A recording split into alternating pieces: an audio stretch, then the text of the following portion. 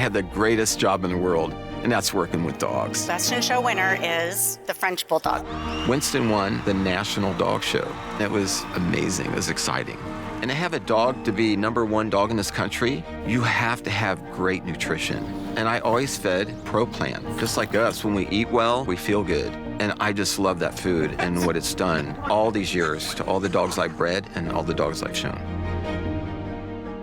All right, you guys, welcome to Pure Dog Talk. I am your host, Laura Reeves, and I'm pretty excited. We haven't gotten to talk to any of our kind of judging community in a while, and we've talked to a lot of the really famous people over the years, and I think it's time to start talking to some of our new judges so that people know what to look for.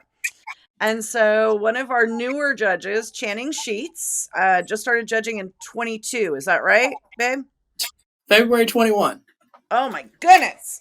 And is judging at Westminster Kennel Club next year. So this is a huge deal, and I'm super excited for you. And so I wanted everybody to get to meet you. So how you doing? I'm doing really well. Thank you. Excellent. So give us kind of the 411. Give us a little breakdown how and why you wound up in this fantastic sport of ours. Oh, there's a roller coaster ride. So I grew up in southern Indiana by way of Kentucky. My dad and my grandparents lived in Kentucky. My mother lived in Indiana. And my dad was an avid outdoorsman. So if it moved, he shot it. And we hunted everything. So we had Right. Labradors. I trained his dogs for the field. We had beagles. We had foxhounds. We had treeing walkers. And so you can't be like your parents, so you have to rebel. So as a teenager, I got into the whole dog show thing before. I got my first German Shepherd in 1986. It was a pet, basically obedience dog. And then in 88, I went to my first match. And then around 89, 90, I started showing some dogs for some other people. And I think I got my first show dog for myself. Well, my first show dog was actually a Kazon, if you would believe it. So that was actually I saw keys on your judging list. I'm like, really?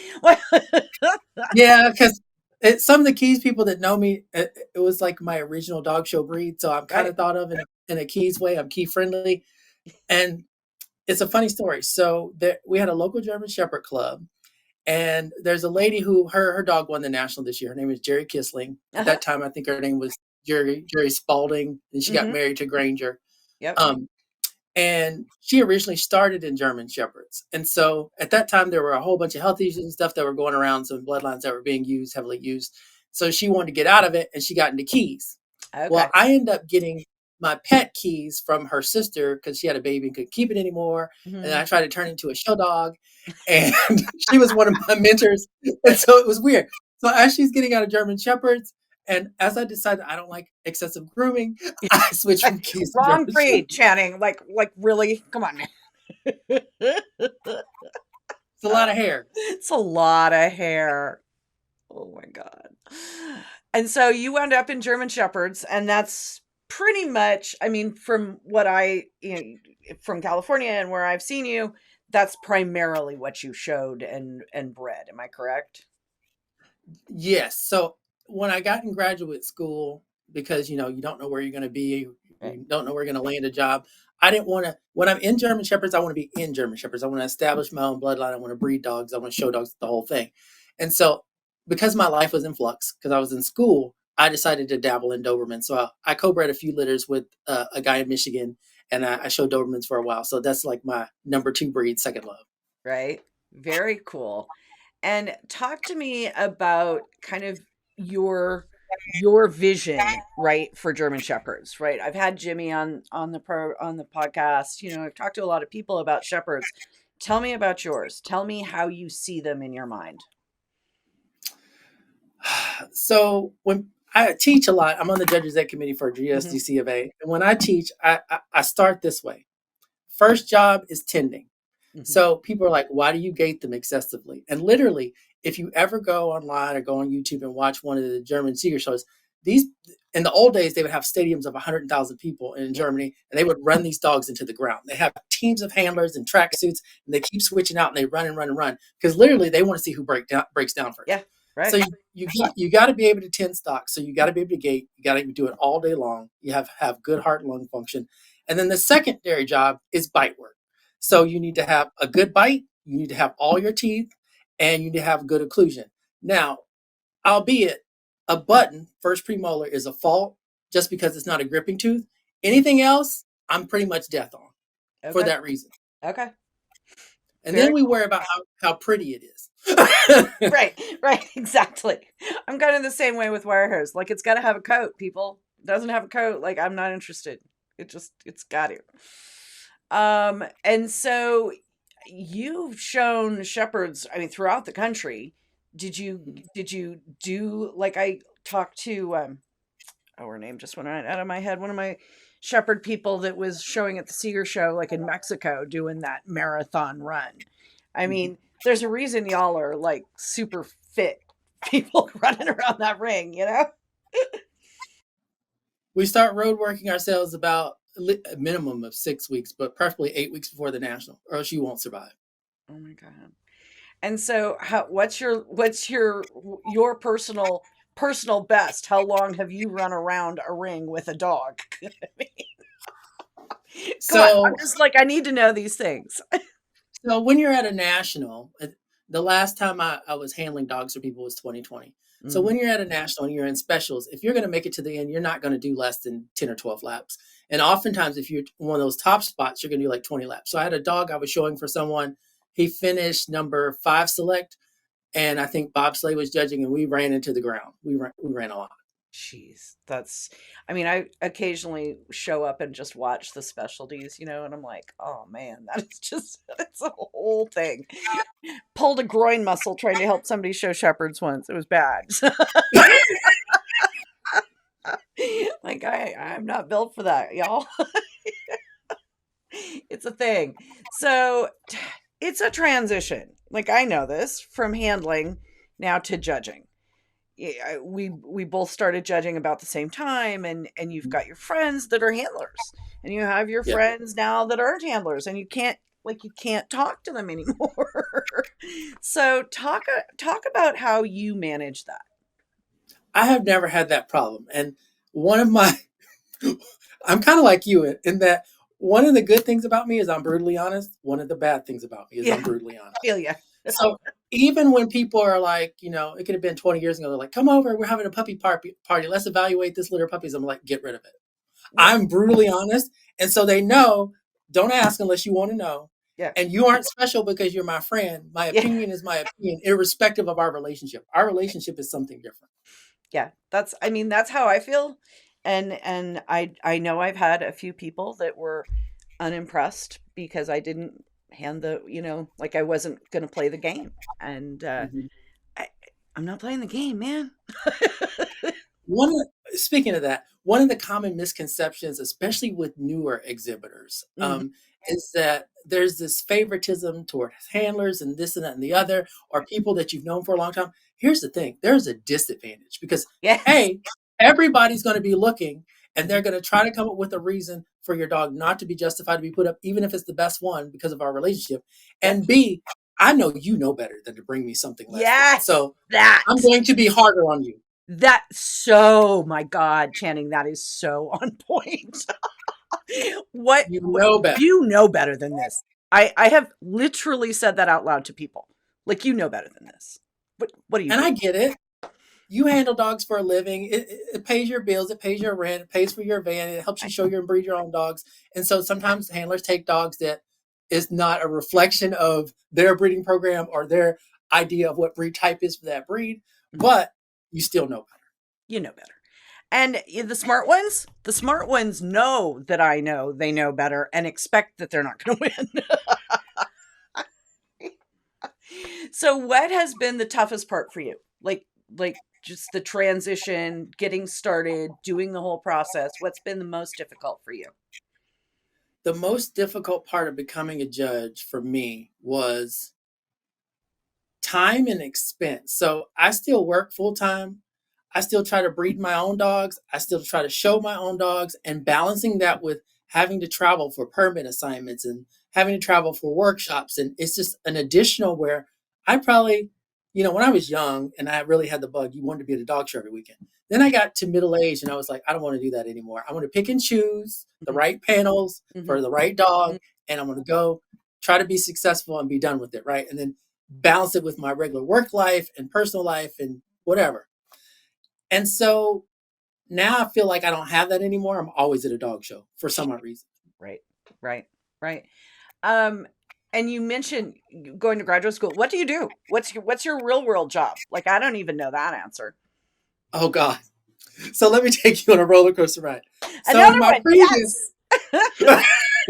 in my previous life, I went to Purdue Veterinary Teaching Hospital and the veterinary technology program, and I worked in emergency medicine and critical care there for a long time. I Awesome. taught senior students, I taught residents, interns, and vet tech students.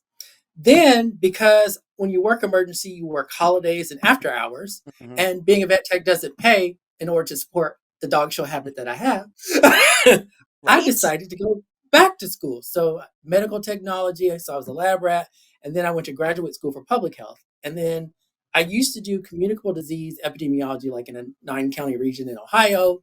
And then I came to California in '05, and I worked in bioterrorism for the State Department of Public Health. Holy I did crap. some I did some communicable disease epidemiology, and I ran the bioterrorism program where we have all the employees to go through security clearance and all the agents that could kill everybody on the planet. So like we test for white powders and all that kind of stuff. Then I got recruited. Yeah, I'm it's a like, wait story. a minute. Like, wait a minute. Like, I want to know more about this. Then I got recruited away to go to Cal OSHA, and I was writing Ebola guidelines and pandemic influenza guidelines. And I do a lot of outbreak investigations, but I also specialize in workplace violence. So I do like high profile actor shooter cases and things like that. Holy crap. Okay, so y'all, we talk all the time about there's really cool and interesting people in dogs completely separate from their dog stuff. This is one of those times. That is fantastic. You must be very sorry. There's a fly in my office that if I don't kill it, I am going to like lose my mind. So just bear with me for 2 seconds, audience. Yes. Okay. You know, there's like some people can avoid a fly and ignore it. I just lose my mind. Wow. So that is a busy job and you have a lot to fit in around that, right? With Absolutely. and you are still actively physically breeding dogs yourself. Yeah, I have a litter of, what are they now? They were 9 weeks on Monday, 2 bitches. Now, I want to sidebar for a second. So we Okay. talk about Sidebar. losing people in dogs and Yeah. why people don't stick with it. It is difficult, and it's not just difficult as a new exhibitor. Maybe you can't find the right mentor, which is a problem sometimes, or maybe you get discouraged because you have a series of bad experiences. Even the existing diehards like myself, breeding. So, for example, the expense is ridiculous. Yeah. And a number of months ago, I was talking to Patty Neal because she was having a couple of litters of boys, so she bred a couple of bitches, and I bred my bitch about the same time. And I'm like, I bought, a cut, paid for semen. Mm-hmm. I had 4 breedings from this dog. I used 2 on another bitch she didn't take a few years ago. These were my last 2. I used it on my current bitch. This dog has been dead for 30-something years, so I can't Yeah. get this blood anymore.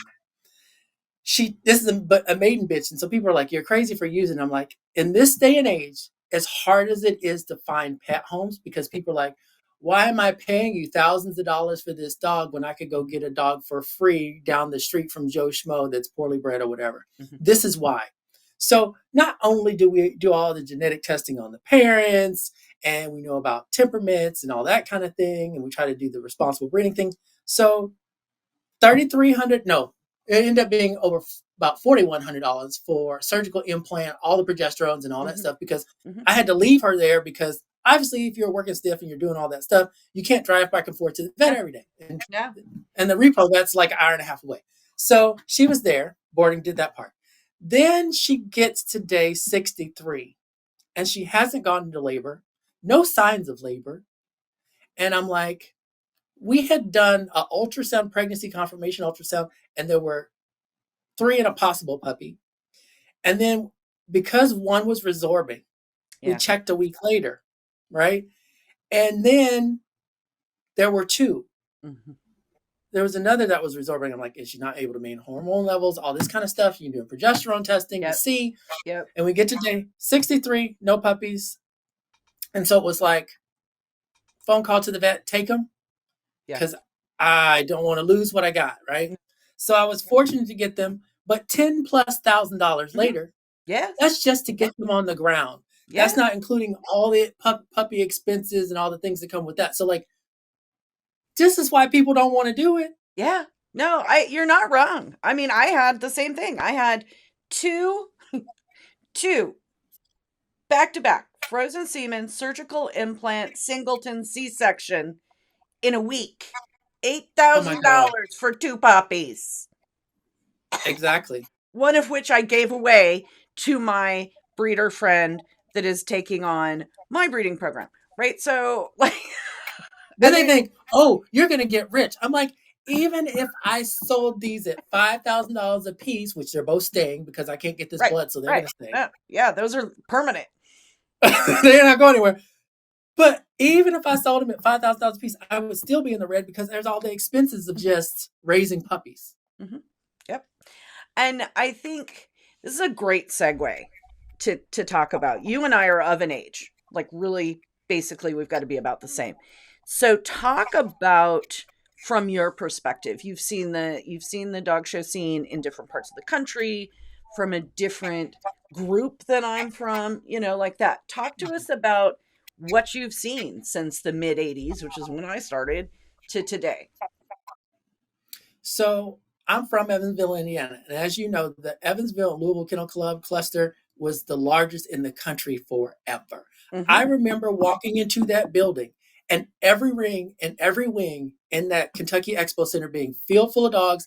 And the average entry for some of these larger entry breeds was 120, 140 plus, right? Yep. Those days are gone. Oh my So God. that's what that's what I grew up in. And now it's like, what happened? I went to Portland this year. So Portland was always like numerically one of our biggest dog shows on the West Coast, right? Portland in January. The high number entry day, there was, I don't know, 1,700 dogs. Like, Wow. what are we talking about here? So we know the numbers are down. We know that part of it is because people can't afford it. Part of it is because, it can be a little bit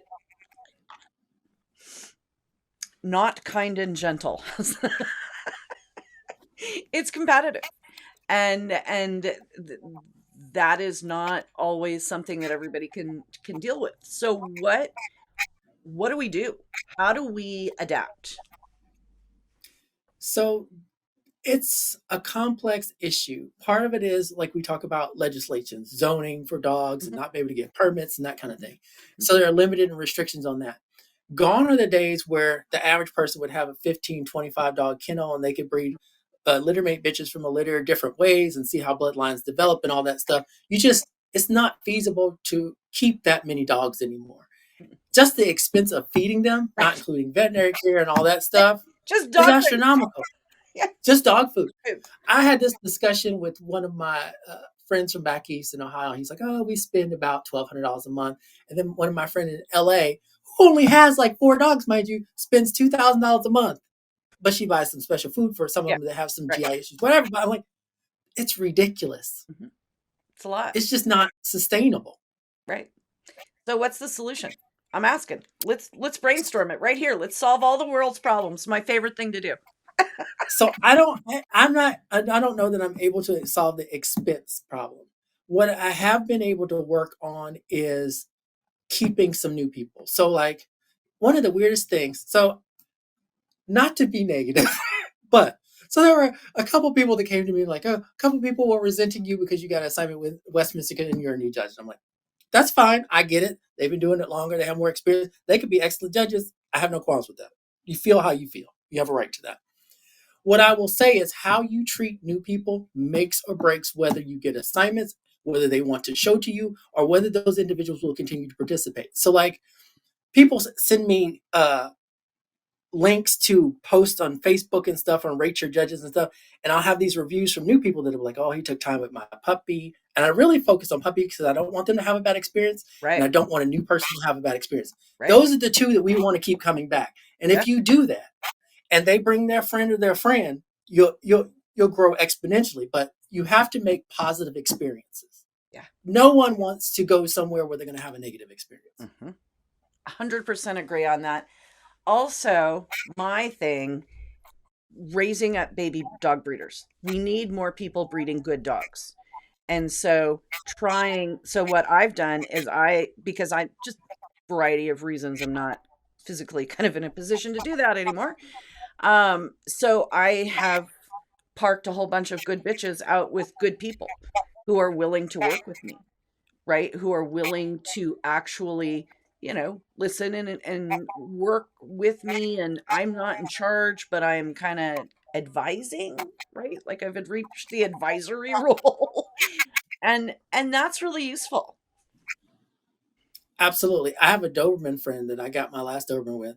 She's a big breeder in Pennsylvania, and she does exactly that. She'll co-own dog bitches, whatever, with people, and she gives people a chance to have a good dog, to have a positive experience, all supervised because she still co-owns it and she mentors them. Mhm. But you feel like someone cares about you, You're and part of even the if you have, family. yeah, it's more of you're part of a family. Yeah. Yeah. I love it's a really good system, and we have the Scotia Dogs family. And so if somebody comes to me looking for a dog, I've got 3 or 4 places around the country from Alaska to Iowa, right? That I can say, well, here, or here could be a good bet. And building those networks, I think, is something really important.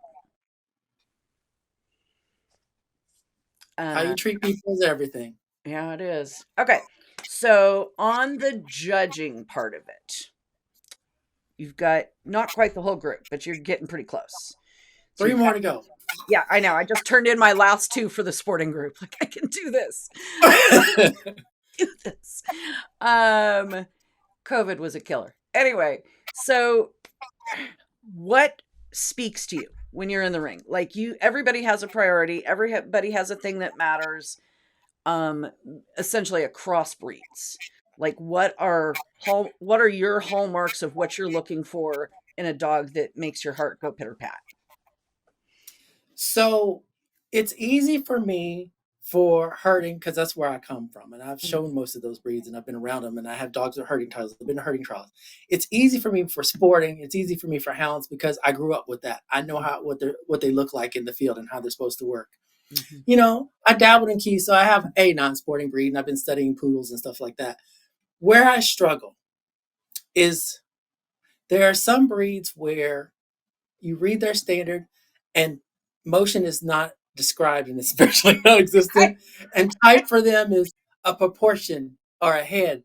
Right, That's where I struggle because, you know, if you talk about a short hair or a wire hair being having the heart and lung function right. and be able to quarter a field all day long, I get that. Motion is important, Yep. structure is important, I Yes. understand that. Yes. If you talk about some sort of scent hound or sight hound that has to run through the field all day long, I get that. But if it's not structural movement and it's something else where the emphasis plays, that's a struggle for me because my first thing is temperament. Mhm. If it can't stand on the leash and be approached by a stranger, it probably shouldn't be there. It shouldn't be And bred. It shouldn't be shown. I am so with Jesus. We literally are soulmates. This is crazy. It's like, yeah, you can't. If this is basic. This is really basic. If our dogs that we're showing can't be touched by somebody, agreed. what? Why are you there? I had a friend of mine that has Belgians, and she Mhm. said to me, she was watching a shepherd ring one day. She's like, what is it? What are they doing? I'm like, they're doing a temperament test. Right. They're required to do it. And all breed judges are no longer required to do it because some people were doing it wrong. And Oh, interesting. I didn't if know you that. approach a herding or working dog or a guardy dog wrong, you'll Mhm. get bit. Yeah, yeah, so, yeah. I showed so Akitas. Trust me, you understand. I get it. So I have a funny story about this too. So my very first German Shepherd show dog, my dad was driving me to dog shows, and we would throw him in the back of the car. And one time the dog was jumping in the back seat of the car. My dad was closing the door, and the door just smacked the dog's tail on the way in. The dog hated him from that point forward. And my dad didn't get it because he comes from Labradors and Hounds, Right, which they right. recover quickly and they love everybody. A herding dog doesn't do that. Mm-mm. He just looked at him like, "You hit me," and so I'm like, "You didn't establish a relationship with this dog and earn Right. his trust after that incident, so of course he hates you." Yeah, that's given. Okay, It's what's your a funny Akita story? huh? Funny Akita story. Oh no, I was going to tell you my funny story about my dad's left my dog's tail on Oh, okay. the car, which is why the dog hated me. Yeah. That's I was talking to somebody. I always describe Akitas as people with fur. Like you would not walk up to a total stranger on the street, grab them around the neck and go ugly, ugly, ugly like that. And if you do that to an Akita, you will get bitten. I mean, Yeah. that's just, they think they're people and it's wrong. And so knowing how to, approach breeds appropriately, it's shocking to me how many people don't get that. They don't. And he didn't because he was a Labrador person. He used to happy go lucky all the time. And so, Right. like, you could smack a Labrador and it'll bounce right back and wag his tail and kiss you in the face. And That was fun. a German Shepherd will not do that. No. You 100%. become enemy number one. Exactly, very rapidly. Okay, so final question. We could chat for hours and hours and hours. Final question for today.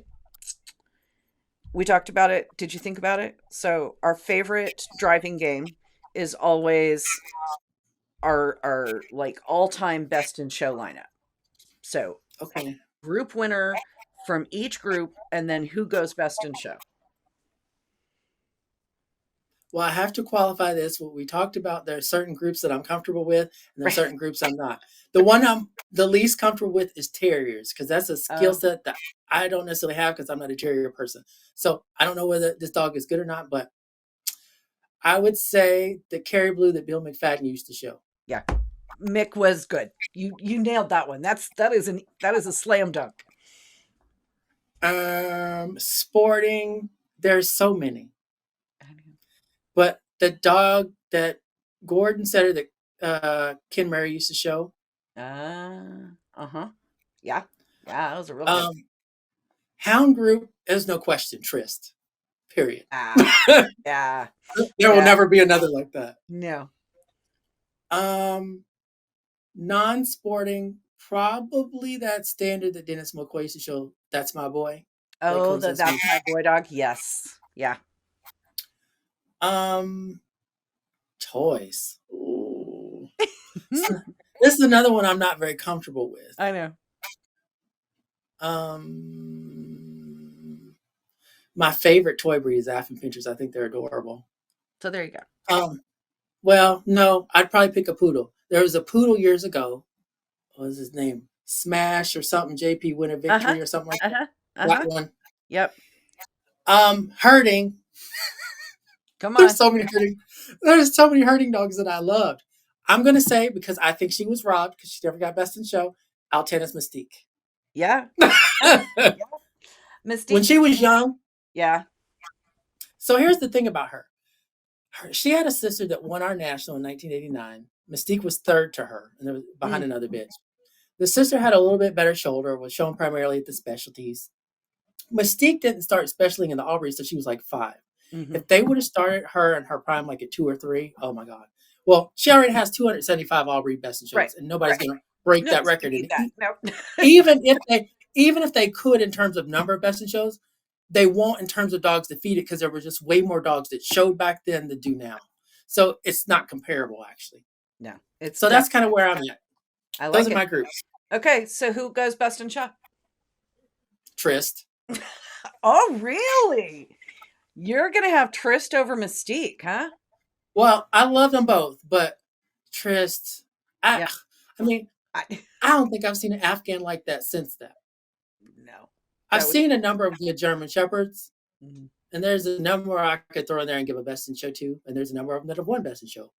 But yeah, Trist. Yeah, that was magic. All kinds of magic. I love it. All right. Well, Channing, you have an absolute blast judging at Westminster Kennel Club. I am super thrilled for you. And thank you. I know that you are going to go on and do great things. So congrats on that. And thanks for coming and talking to us. Thank you, ma'am. Have a good rest of your day.